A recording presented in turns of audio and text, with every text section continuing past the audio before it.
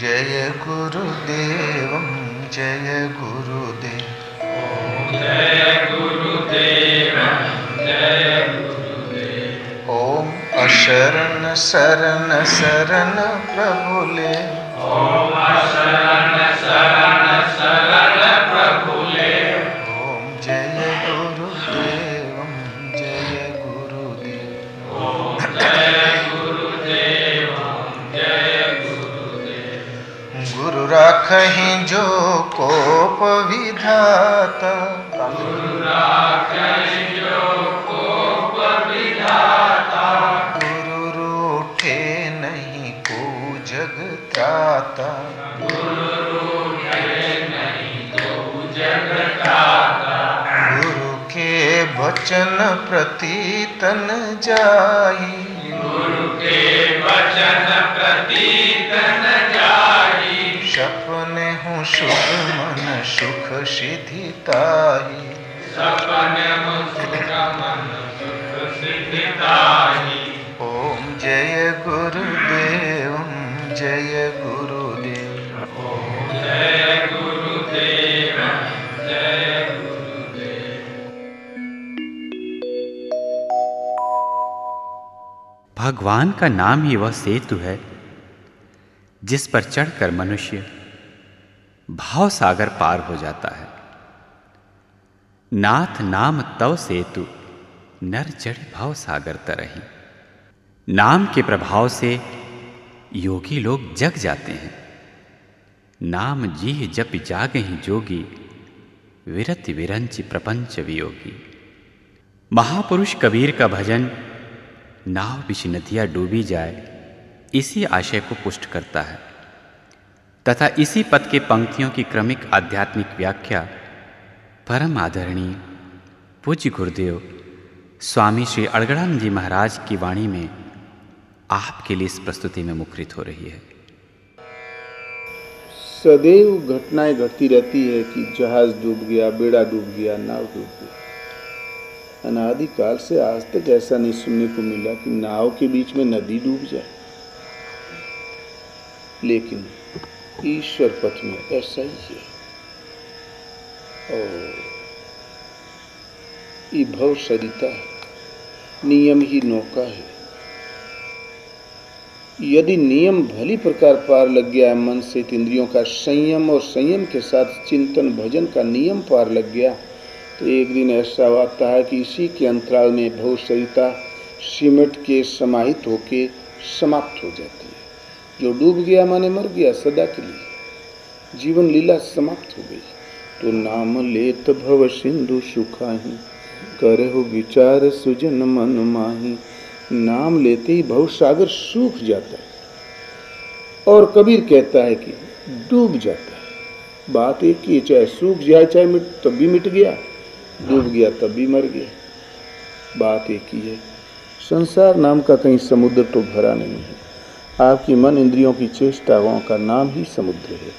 जिन्होंने इन मन इंद्रियों को संयमित कर लिया उस संसार से, संसार सरिता से, भव सिंधु से, भवकूप से पार पा गया। संसार एक ही है, उसके कई नाम। क्यों?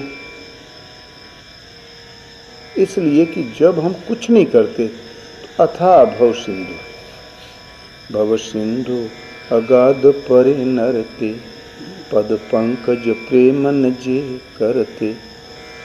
अथाह भव सिंधु में वे लोग पड़े रहते हैं जो प्रभु के चरण कमलों में प्रीति नहीं करते, अर्थात कुछ भी नहीं करते। तो अथाह भव सागर है। राम कथा भव सरिता तरणी। तो जब हम राम की कथा अर्थात ब्रह्म विद्या जब हम पकड़ लेते हैं तो कथा भव सरिता से तरने वाली होती है। वो अथाह सागर जब राम की कथा जागृत पकड़ में आ जाती तो सरिता हो जाती। यह चरित जे गावई हरिपद पावई तेन परहि भवकूपा। और फिर भगवान के चरित्र का सतत चिंतन जो करेगा, गायन का मतलब है सदा चिंतन करना, गाना गाना नहीं, सदा चिंतन करना। ये गायन श्वास से होता है, भजन से होता है। वो भवकूप में नहीं गिरते। और एक स्तर ऐसा भी आता है, वो अथाह भवसागर कुआं हो गया, कुछ नहीं करते हैं सागर। प्रभु के प्राप्ति की कथा मिल गई, उस टाइम नदिया और चरित्र चिंतन में लग गए तो भवकूप है। और गोपद सिंधु, और जब प्रभु की कृपा वर्ष पड़ती है तो गोपद सिंधु। गरुड़ सुमेरु रेणु समताहि, राम कृपा करि चितवा जाहि। गरल सुधा रिपु करई मिताई, गोपद सिंधु अनल शीतलाई। गरुड़ जी सुमेरु पहाड़ रजकण के समान, राम कृपा करी चितवा जाहि। प्रभु यदि कृपा करके देख ले तो सुमेरु पहाड़ रजकण के समान, अथाह भवसागर गाय के बने हुए खुर के समान। गोपद सिंधु अनल शीतलाई, और त्रेतापों की ज्वाला में, इस विषया अग्नि में शीतलता आ जाती है। ये फिर नहीं स्पर्श करती। कब? जब प्रभु कृपा करके एक दिन हाथ देख लेते हैं। तो गोपद सिंधु अनल शीतलाई, गरल सुधारी पुकरे मिताई। संसार का विषय रूपी विश्व अमृत में बदल जाता है। कारण कि स्वर्ग नरक अपवर्ग समाना, जहाता देख धरे धनुबाना। न तो स्वर्ग स्वर्ग के रूप में रह जाता है, न नरक नरक के रूप में रह जाता है जिससे हम भय करें। जहाँ भी दृष्टि पड़ी अपने आराध्य देव को खड़ा पाए, तो विषय रूपी विष कहीं है ही नहीं। तो गरल सुधा रिपु करें मिताई, गोपद सिंधु अनल शीतलाई। किसके लिए? कि गरुड़ सुमेरु रेणु समताहि, राम कृपा करि चितवा जाहि। गरुड़ जी और भगवान कृपा करके देख ले तो गोपद समुद्र है, विश्व अमृत है, सुमेरु पहाड़ रजकण है, सारी परिस्थितियां अनुकूल हो जाती है। भजन का स्तर हमारा इतना उन्नत हो कि प्रभु करुणामय प्रभु अनुकूल हो जाएं, कृपा करके हमें देखें। तब समुद्र उतना ही जितना गोपद। गोपद का अर्थ गाय से बना हुआ पांव का खुर का गड्ढा नहीं, गो माने मन से इंद्रियों का है। फिर उस वक्त मन से इंद्रियों का जितना आयतन है उतना ही संसार है। बाह्य संस्कार शांत, कोई संस्कार कोई संग दोष बाधक नहीं होता जब प्रभु करुणा करके देखने लगते हैं। और आगे एक समय ऐसा ले आता है कि नाम लेत भव सिंधु सुकाई। गोपद ही सही, गड्ढा ही सही, यदि पांव झटके में पड़ गया तो मोच जरूर खा जाएगा, पट्टी बांधनी पड़ेगी, खतरा। लेकिन एक समय ऐसा ही आता है और नाम जपते जपते बारक नाम जपा जग जेऊ, होई तरण तारण नर तेऊ। बारक माने एक बार, जो कल हमने बताया था, जहाँ एक नाम, एक केवल शब्द की अवस्था जिस क्षण आई तो हमने नाम को वास्तव में लिया, तो नाम ले तो भव सिंधु सुकाही। उस वक्त वो स्वयं तर जाता है, तारने की शक्ति आ जाती है। उस नाम के प्रभाव से भव सिंधु ही सूख जाता है। अब डूबने का, रपटने का, गिर पड़ने का, कुएं में बह जाने का नदिया में कोई खतरा नहीं। विविध दृष्टिकोणों से महापुरुषों ने इस संसार की अगाधता को संबोधित किया है। गीता में संसार सागर, मेरा जो भक्त समर्पित है उसको मैं संसार सागर से पार कर देता हूँ। सागर ही कहा। ऐसे ही कबीर का कहना है, यदि भली प्रकार मन सहित इंद्रियों से सिमट कर यदि इस नियम रूपी नौका का अनुष्ठान करते जाओगे तो एक समय ऐसा आएगा इस नियम के अंतराल में, नियम की परिपक्व अवस्था काल में ये भव सरिता ही इसके अंतराल में डूब जाएगी। तो नदिया कौन? भव नदिया। तो नदिया डूबल जाए, नाव बिच नदिया डूबल जाए।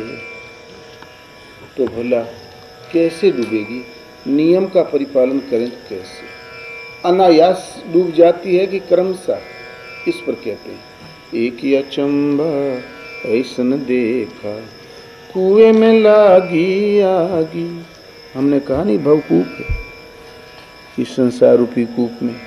इस संसार में रहते हुए इस समय योगा अग्नि का संचार हो गया। एक तरफ विषय अग्नि जो हमें जलाती है, योगा अग्नि हमारे विकारों को जलाती, संसार के संस्कारों को जलाती है। तो इसमें रहते हुए अभ्यास इतना उन्नत की कुएं में लागी आगी। ज्ञाना अग्नि ही दग्ध कर्माणुम तमाहु पंडितम बुधा। ज्ञान योग पर्याय समझो। तो जहाँ ज्ञान की अग्नि, योग की अग्नि का संचार हुआ, कुएं में लागी आगी, उसके प्रभाव से पानी पानी जल गया। विषय रूपी बारिश सदा के लिए मिट गई, समाप्त हो गई। ता मछली खेले फाग। राम भगति जल मम मन मीना, किमि बिल गाय मुनि सो प्रवीणा। भक्ति रूपी जल में जो मन मछली हो रहा था, भक्ति में कष्ट ही कष्ट था, लेकिन विषय रूपी बारिश सदा के लिए जल गया। योग की ये परिपक्व अवस्था में जिस क्षण पहुंचा, विषय रूपी बारी है ही नहीं जिससे हमें खतरा पैदा होता था। तो मछली खेले फाग। तो भक्ति रूपी रस में जो मन मछली हो रहा था वो किलोने भरने लगता है, आह्लादित हो जाता है, सदा बहार सदा वसंत खेलने लगता है। फिर उसके जीवन में कोई दुख नहीं। एक ही अचंभा ऐसन देखा, बंदर दूहे गाय। सर्वश्रेष्ठ है वैराग्य रूपी हनुमान, अनुराग रूपी अंगद, साधन रूपी जामवंत, ब्रह्म आचरणमयी प्रवृत्ति बांदी सेना। अंत में असुर सर्वथा मर जाते हैं। उस वक्त संपूर्ण ब्रह्म आचरण जो मर गए थे अथवा नहीं जामे थे, वो सब जग जाते हैं, सचेत हो गए। सुधा वृष्टि भई दोहदल माही, उठे भालू कपि निश्चर नाही। जितने मरे थे इतने दिन की लड़ाई में सब जिंदे हो गए अमृत की वर्षा गिरने से। ये मानस है। जब उस अमृत तत्व मृत्यु से परे केवल आत्मा है, परमात्मा है, वो अजर अमर है, शाश्वत है, अमृत है, जहाँ मृत्यु नहीं है, उस अमृत तत्व अविनाशी परमात्मा तत्व का जब सूत्रपात होता है, आसुरी संपद सदा के लिए शांत, देवी संपद विकसित। यही उठे भालू कपि निश्चर नहीं। तो एक अचंबा हमने देखा, बंदर दूहे गाय। और ब्रह्म आचरणमयी प्रवृत्ति ही बांदरी सेना है, उसमें वैराग्य रूपी हनुमान, यही बंदर है। तो तीव्र वैराग्य के द्वारा दूहे गाय। गो माने मन से इंद्रिय, इनको दूता है। तो ब्रह्म की अनुभूति, ब्रह्म आचरण के द्वारा जो ब्रह्म की अनुभूति है, ब्रह्म विद्या है, वही बानर है। जिसके द्वारा ब्रह्म ज्ञान का संचार, वही बानर है। ये आध्यात्मिक शब्दकोश है, महापुरुषों के प्राइवेट शब्दकोश है, बाहर वालों के लिए जल्दी पता ही नहीं चलता। तो बंदर दूहे गाय, वो ब्रह्म ज्ञान, ब्रह्म की अनुभूति रूपी बंदर दूहे गाय। कब जब कुएं में आग लग गई, तब योगाग्नि प्रज्वलित हो गई, तब ने ब्रह्म ज्ञान आया। तो दूहे गाय। गो माने मन से इंद्रियों के अंतराल से दुग्ध प्राप्त करता है। तो दूध दही तो अपने खावे, घिया बनारस जाए, नाव बिच नदिया डूब जाए। जहाँ इंद्रियों का संयम सही हुआ और कुएं के आगी लगी और ब्रह्म ज्ञान का सूत्रपात हुआ, तो फिर वो ज्ञान इन मन से इंद्रियों के अंतराल से ही ब्रह्म पीयूष को प्रदान करेगा। यही है दुग्ध, यही है सार तत्व। तो जो प्राप्त करता है दूध ज्ञान का प्रतीक है, दही ध्यान का प्रतीक है, और ज्ञान और ध्यान की मस्ती तो स्वयं भोगता है। और लेकिन जो सार तत्व है परमात्मा, वो काया रूपी काशी में संग्रहित होता चला जाता है।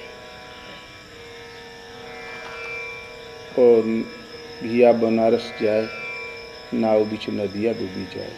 यदि भली प्रकार नियम का अनुष्ठान करते जाओगे, एक दिन ऐसा ही आता जाएगा, सनेस में नदियाँ डूबती चली जाएगी और सर्वथा डूब जाएगी, समाप्त हो जाएगी। इसीलिए भजन किया जाता है। तो एक ही अचंभा ऐसन देखा। गिरगिट गौने जाई, भला गिरगिटान देखा, वो क्या खाक गौने जाएगा? गिर गिर के संभलता जाए। प्रभु की मंजिल मिलती है उसको जो तूफानों से लड़ता है, चाहे प्रलय के बादल घिरे हों, आगे ही आगे बढ़ता है। ईश्वर पथ फूलों की सेज नहीं है, ये कांटों का रास्ता है।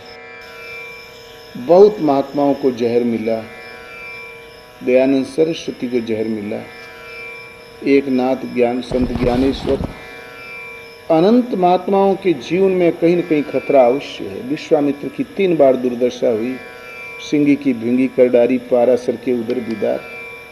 तो ये संघर्ष आएगा माया का सामने, वो आपको ढकेलेगी, खींच देगी, धक्का दे देगी, गिरा देगी। तो गिर गिर के संभलता जाए, हर धक्के पर उस सजग होता जाता है, हिम्मत नहीं हारता। लाख मुसीबतों के बावजूद भी अपनी टेक से चलायमान नहीं होता, लक्ष्य से चलायमान नहीं होता। जिसकी वृत्ति, जिसकी श्रद्धा, वो गिर गिर के संभलने वाला पथिक गिरगिट, गिरा और फिर उठा, गिरा और फिर संभला। हर ठोकर पर और चौगने चाव से और अनुराग से। प्रभु हमने भजन करना ही नहीं जाना, जैसा रोग था वैसा हमने इलाज ही नहीं किया, सब दोष हमारा ही है। इस तरीके से अपने को फिर संबोधित करके फिर आगे बढ़ जाता है। जो गिर धक्का धुक्की में जो हताश नहीं होता, गिर के और फिर संभला, गिरगिट गिरा और संभला। तो गिरगिट गौने जाई, वो अपने आत्म स्वरूप की ओर गमन कर जाता है। परम पिया परमात्मा के पास, परमात्मा की ओर बढ़ जाता, उनके पास चल जाने लगता है। तो 16 गज की साड़ी पहने, गौने जाना तो कुछ श्रृंगार साज चाहिए। 16 गज की साड़ी पहने, सत्य ही साड़ी है, सत्य केवल आत्मा है। 16 तत्वों का सूक्ष्म शरीर है, अंतःकरण, मन का संसार, 10 इंद्रिय, मन बुद्धि चित्त अहंकार 14, और परमात्मा का तेज, तेजस्य और पराग। और वो तेज एक पराग के रूप में है, अनुभव गम्य है, देखने दिखाया जा सके ऐसा नहीं। ये 16 तत्वों का सूक्ष्म शरीर है, अंतःकरण, अंतर जगत है।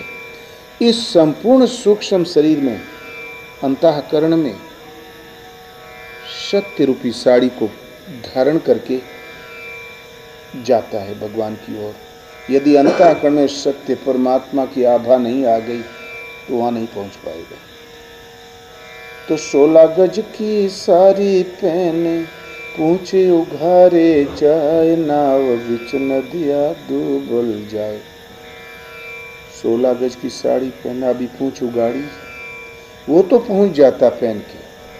अपने 16 तत्वों का जो सूक्ष्म शरीर है, अंतःकरण है, उसमें सत्य रूपी साड़ी को भली प्रकार धारण करके अब अंतःकरण में दूसरे स्फुरण, दूसरे चिंतन, दूसरे संस्कार नहीं रह गए, तब वो तो पहुंच जाता, गमन कर जाता प्रभु के धाम में।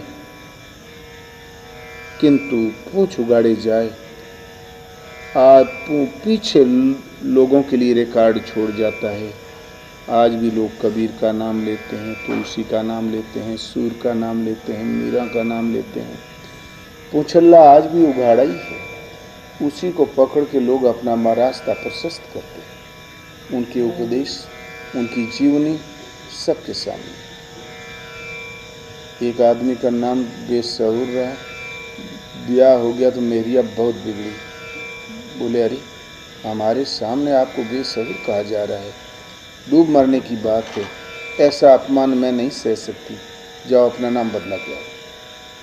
तो बोले अरे भैया, माँ बाप ने प्रेम से जो रख दिया ठीक है, नाम तो एक संबोधन है, इसमें क्या भला और क्या बुरा। माता पिता को यही प्यारा लगा होगा, रख दिया। बोले ना, बदलवा के आओ, नहीं तो कुएं में कूद के प्राण दे दे। पड़ा गरीब संकट में, नाम बदलाने के लिए चला, यारे रोड धर के तो आगे गया तो एक आदमी गड्ढा गुड्डी में तिन्नी झाड़ रहा था। तिन्नी जानते हैं? धान का नाम है, उसको बांदा जिला में फसही कहते हैं। स्वाभाविक धान ऑटोमेटिक गड्ढा गुड्डी में जाम जाता है बरसात में, उसको तिन्नी कहते हैं। क्या कहते हैं? तो झाड़ रहा था तो बोले अरे भैया क्या कर रहे हो? बोले तिन्नी झाड़ रहा हूँ। बोले क्या करोगे? बोले घर में खाने का ठिकाना नहीं है, ले जाके कूट काट के लड़कों को खिलाऊंगा। बोले क्या नाम है तुम्हारा? बोले कि धनपत। तो बोले ओ ये नाम भी नहीं ठीक। धनपत माने कुबेर, धना अध्यक्ष, और सुबह शाम का ठिकाना नहीं। ऐसे नाम को लेके हम ओढ़ी की बिछाई। हाँ, आगे बढ़ा तो एक आदमी भागा जा रहा था, हट्टा कट्टा लंबा तड़ंगा। बोले अरे भाई क्यों भाग रहे हो, क्या बात है? तो बोले रुको रुको रुको। बोले हमें फुर्सत नहीं रुकने की, हमें भागने दे भैया, हमें रुको ना, हमारे भागे में भलाई है। बोले आखिर बात क्या है? कि दो आदमी मारे का धमकाए हैं।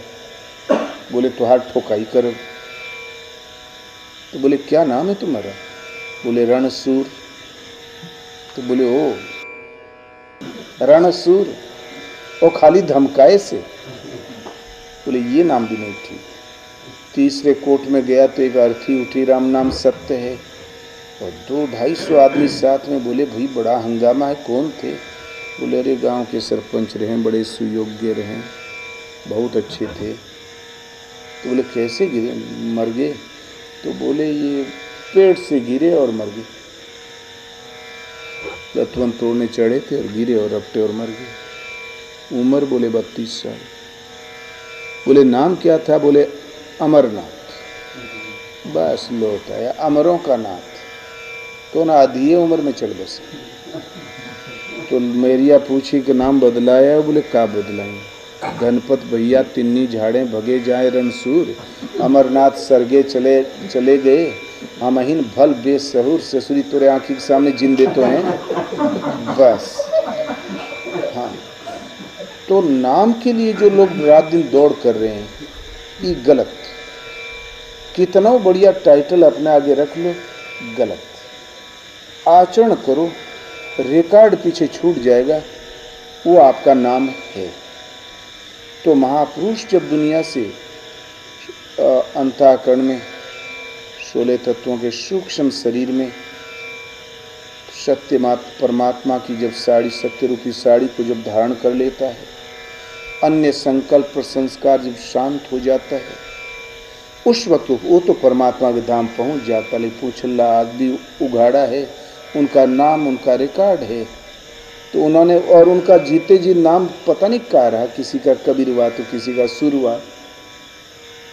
लेकिन आज मीरा का नाम अभागिन डाले रहा ऊकर सास, लेकिन आज उस सास को कोई नहीं जानता इन महापुरुषों का नाम है।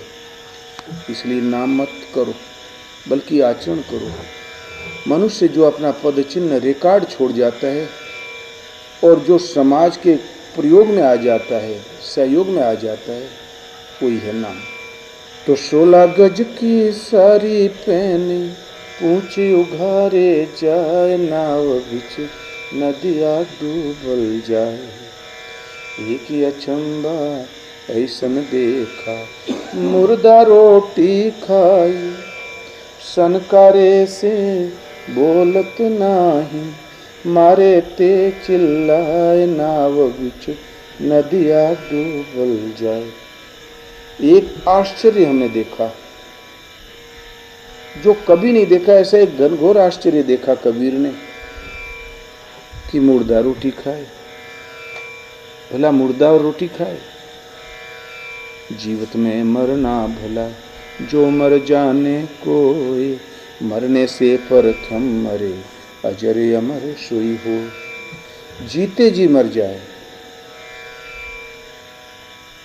जो मरने की विधि जाने कोई, और मरने से पहले मरे, शरीर छूटने से पहले मर जाए, अजर अमर सोई होय। वास्तव में मन मरा माया मरी, हंसा बेपरवाह, जाका कछुन चाहिए सोई सहंसा। तो शरीर की मृत्यु नहीं, ये तो कलेवर वस्त्र का परिवर्तन है।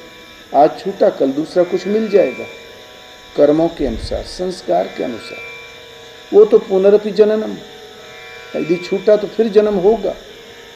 किंतु यदि जीते जी मन और मन के अंतराल के संस्कारों की रील जहाँ मिट गई, ये शुद्ध मृत्यु है जिसके पीछे जन्म नहीं। कोई जन्म सराहनीय है जिसके पीछे मृत्यु नहीं, वही मृत्यु सराहनीय है जिसका पुनः जन्म नहीं। और ये जीते जी ही होता, मरने के बाद नहीं। अवधु जीवत में करे आशा, मुए मुक्ति गुरु कहे स्वार्थी झूठा दे विश्वासा। यदि जियत मन बस हुआ नहीं तो पुण्य देवे बहुत त्रासा। जहाँ आशा, जैसी जैसी आशाएं तहाँ वासा, वहीं जन्म, मन का यही तमाशा। इसलिए शुद्ध मृत्यु है मन की मृत्यु, मन के अंतराल के संस्कार और संकल्पों की मृत्यु। तो एक अचंबा ऐसन देखा मुर्दा रोटी खाए। जब मन मृत प्राय हो गया तो फिर रोटी खाए। इस शरीर का भोजन रोटी दाल है, शरीर का पोषण है, लेकिन आत्मा की खुराक रह की धारा में रमण करना, श्वास में रमण करना, भजन ही भोजन है, वो आत्मा की खुराक है। फिर इस आत्मा को सदा सदा के लिए पूर्ण तृप्त, पूर्ण सबल, शाश्वत जीवन, अनंत धाम प्रदान करता है वो भोजन, भजन ही भोजन। तो रह की धारा में रमण करना, श्वास ऊपर गई तो रा बाहर आई तो मैं केवल शब्द मात्र रह गया। कब? जब मन सब और से सिमट के मृत प्राय हो गया तो मुर्दा रोटी खाए। वो आत्मा की जो विशुद्ध खुराक है, आपका जो निजी भोजन है, वो प्राप्त करता है, उसको भली प्रकार सेवन करता है, खाने में सफल है। और जब तक जिंदा था, चकपक चकपक भाग रहा था, तब तक रोटी कहाँ, भजन कहाँ।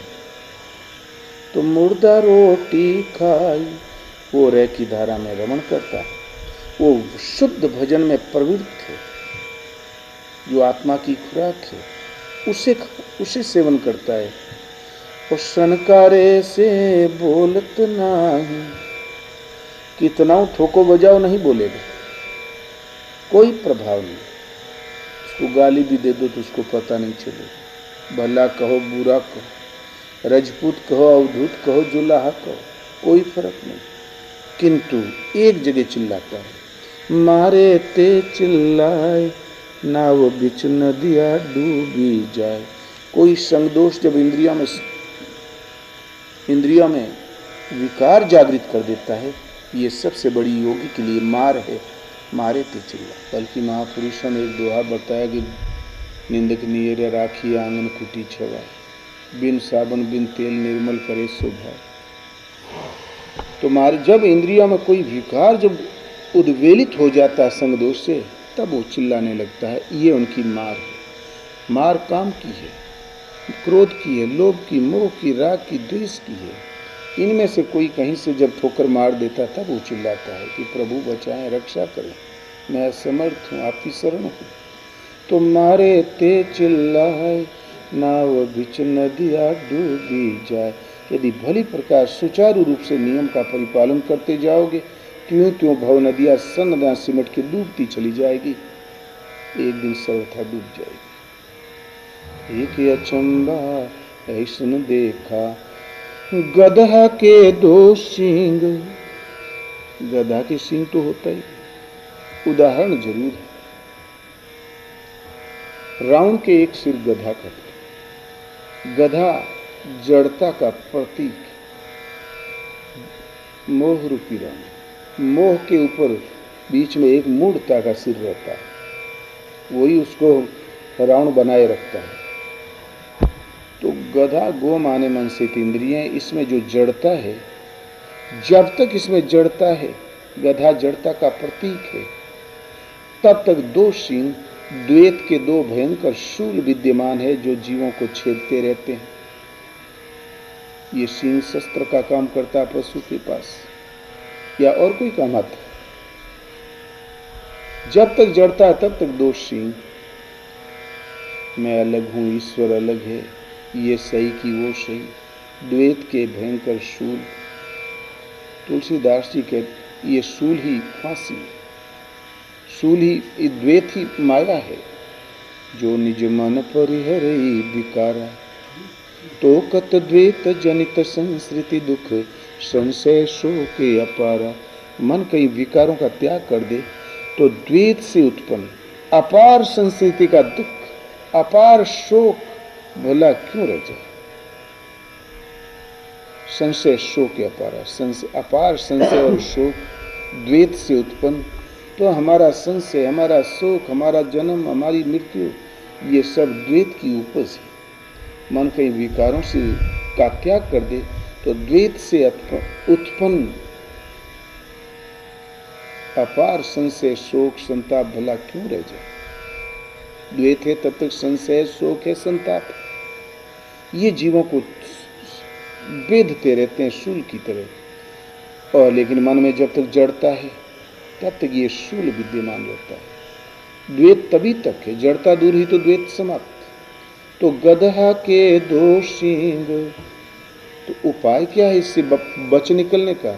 तो चिंटी के गल रसरा बांधल। योगी के संयत चित्त को चिंटी की संज्ञा दी है महापुरुषों। चित्त तो बहुत बड़ा है, चित्त एक संसार है। तुलसीदास कहे चिद विलास जग बूझत बूझत बूझे। चित्त इतना बड़ा जितना बड़ा संसार है, लेकिन अभ्यास करते करते ये समझ में आता है। समझ में आते आते ही समझ में आता है कि वास्तव में चित्त ही संसार है। तो चिंटी के गल रसरा बांधल, चित्त ही चिंटी है। उस संसार में भटकने वाला चित्त सिमट के जब संयत हो जाता है तो इतना सूक्ष्म हो जाता है जितना बारीक वाली चिंटी, लेकिन दो द्वैत विद्यमान है। तो ऐसे चित्त में सूरत की रस्सी लगाकर खींचते अर्जुन भीम। अनुराग ही अर्जुन, भाव ही भीम है। अनुराग और भाव के द्वारा इसको खींचो तो ये द्वैत का शूल समाप्त हो जाए। और फिर बाद में जब शूल खत्म हुआ तब क्या होगा। तो एक चिंटी के मुंह तले संतों नदी नाल बह जाई। योगी के स्थिर चित्त को बारीक वाली चिंटी की संज्ञा दी। और ऐसे स्थिर चित्त योगी के मुंह तेले, मुंह से जो शब्दकोश निकलता है वो प्रत्यक्ष दर्शन है, वो अनुभव गम्य वाणी है। उन महापुरुष की बुद्धि मात्र यंत्र है।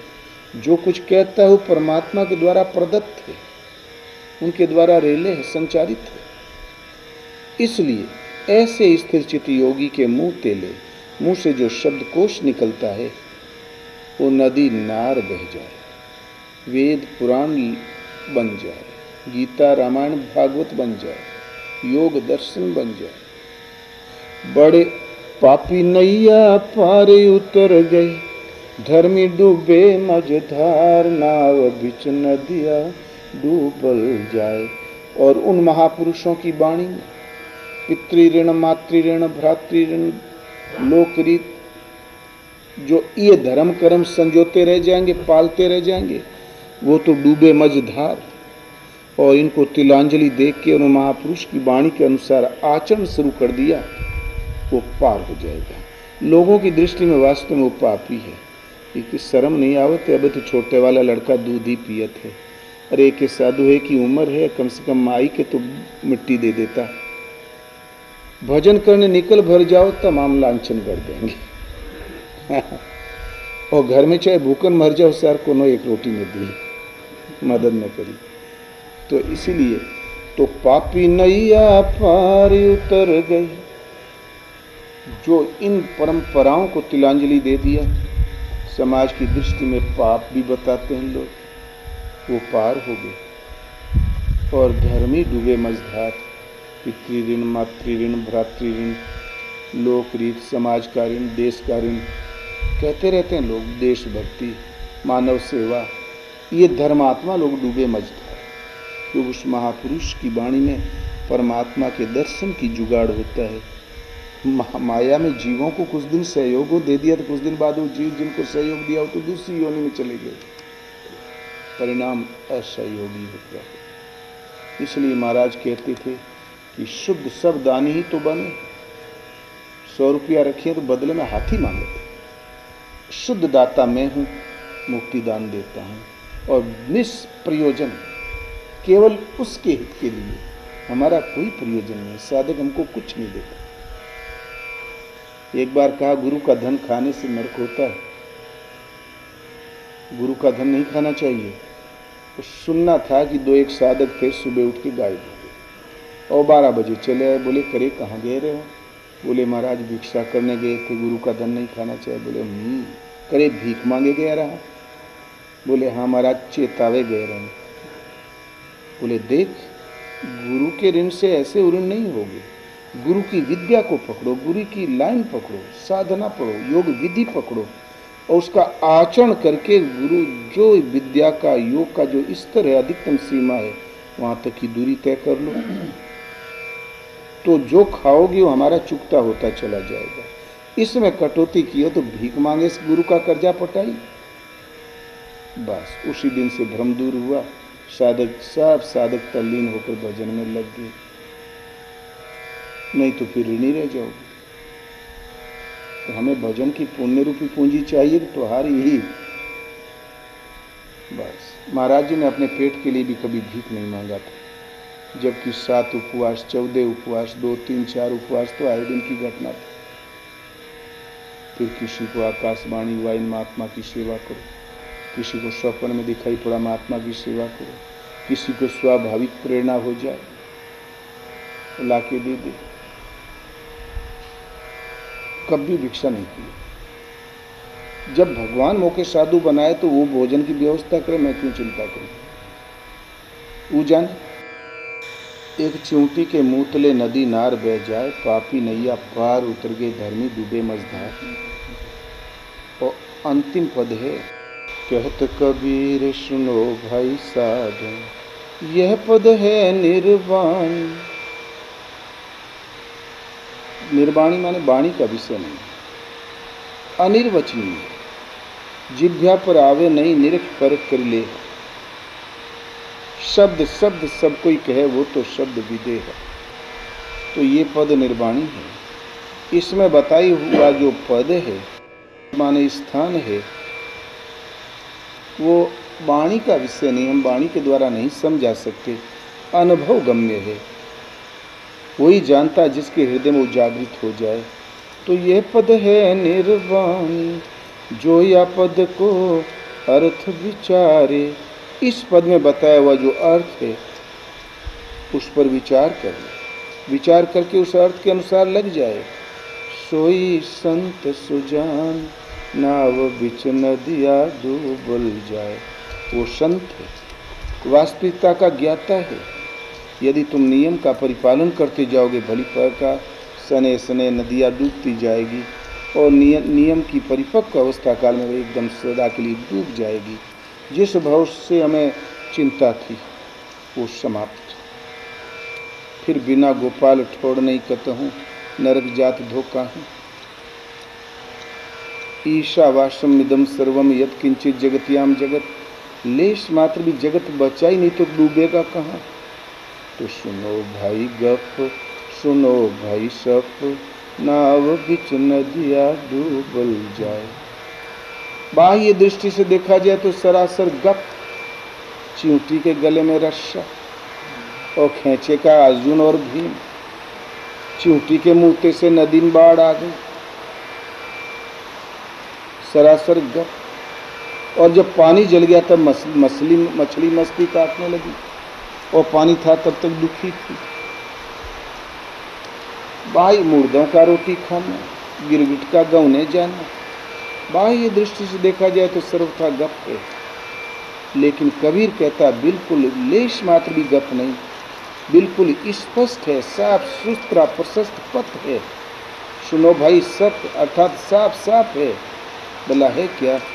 नाव बिच नदियाँ डूबी जाए। यदि आप नियम, सदगुरु के द्वारा प्रदत्त नियम विधि के अनुसार पालन करते जाओगे, एक ही समय ऐसा भी आएगा कि भविष्यता इसके अंतराल में समाप्त हो जाएगी। नाम लेत भव सिंधु सुखाही, करहु विचार सुजन मन माही। नाम के प्रभाव से भवसागरी सूख जाता है। सुजन लोग मन में विचार करके देख लें, कबीर कहता है डूब जाता है, तुलसी कहते हैं सूख जाता है, कोई कोई कहता है मिट जाता है, कोई कहता है बहु की जगह ईशावास्यम हो जाता है। सबका आशय एक ही है, ईश्वर प्राप्ति के साथ ही प्रकृति पुरुषोत्तम विलीन हो जाती है, परमात्मा इससे बच रहता है, प्रकृति उसके अंतराल में खो जाती है। इसी का नाम मोक्ष है। तो ये अटपटी वाणी भी कभी अटपटी नहीं है। महापुरुषों ने कभी कभी वो वैदिक तथ्य को छिपा कर प्रस्तुत किया, जिससे कि अधिकारी उसे प्राप्त कर ले और अनाधिकारी दुरुपयोग न करे। कबीर का जब नाम बढ़ चढ़ गया तो बहुत से भगत दौड़ने लगे कबीर की वाणी सुनने के लिए। राजा महाराजाओं ने कबीर का उपदेश सुनने का एक प्रोग्राम बनाया था। पीर ओलिया भाग भाग के उनके आने लगे। एक भगत भागा, बोले मैं कबीर से ही मंत्र लूँगा। सुना है बगैर गुरु के कल्याण नहीं, मैं अब कबीर को ही गुरु बनाऊंगा, जिससे कि रास्ता हमारा प्रशस्त हो जाए। क्योंकि वो महापुरुष से बड़ा नाम सुना है। पहुंचा काशी और सीधा जाके कबीर से ही पूछ बैठे, संत कबीर साहब कहाँ निवास करते हैं? तो कबीर ने कहा होगा कहीं कबीरवा। तो एक झापड़ मारा, बोले अरे इतने बड़े महापुरुष को कबीरवा कहता तो हर जीभ गल के गिर जाएगी। तो कबीर ने गाल उधर कर दिया, दूसरी तरफ बोले इधर भी रसीद कर दो। तो बोले अरे बड़ा निर्लज्ज है, पागल है, इसको लाज भी नहीं है। बड़बड़ाता हुआ चला गया। आगे जाके पूछा दूसरी दुकान में, बोले कबीर साहब कहाँ है? बोले वो क्या बैठे। फिर दाहिने पूछा, बाएं पूछा, आगे पूछा, पीछे पूछा, बोले वो क्या बैठे। तब निश्चय जब पक्का हो गया तब दौड़ के आया, साष्टांग दंडवत किया, बोले अरे भगवान मुझ मूर्ख से अज्ञानता बस महान भूल हो गई। कहाँ मैं मंत्र लेके आपकी शरण में आया था, कहाँ झापड़ मार दिया। बोले अरे तुमसे भूल कहाँ हुई? लोग 2 पैसे की हड़िया खरीदते हैं, 3-4 बार ठोक बजा लेते हैं, कहीं सौदा कच्चा तो नहीं।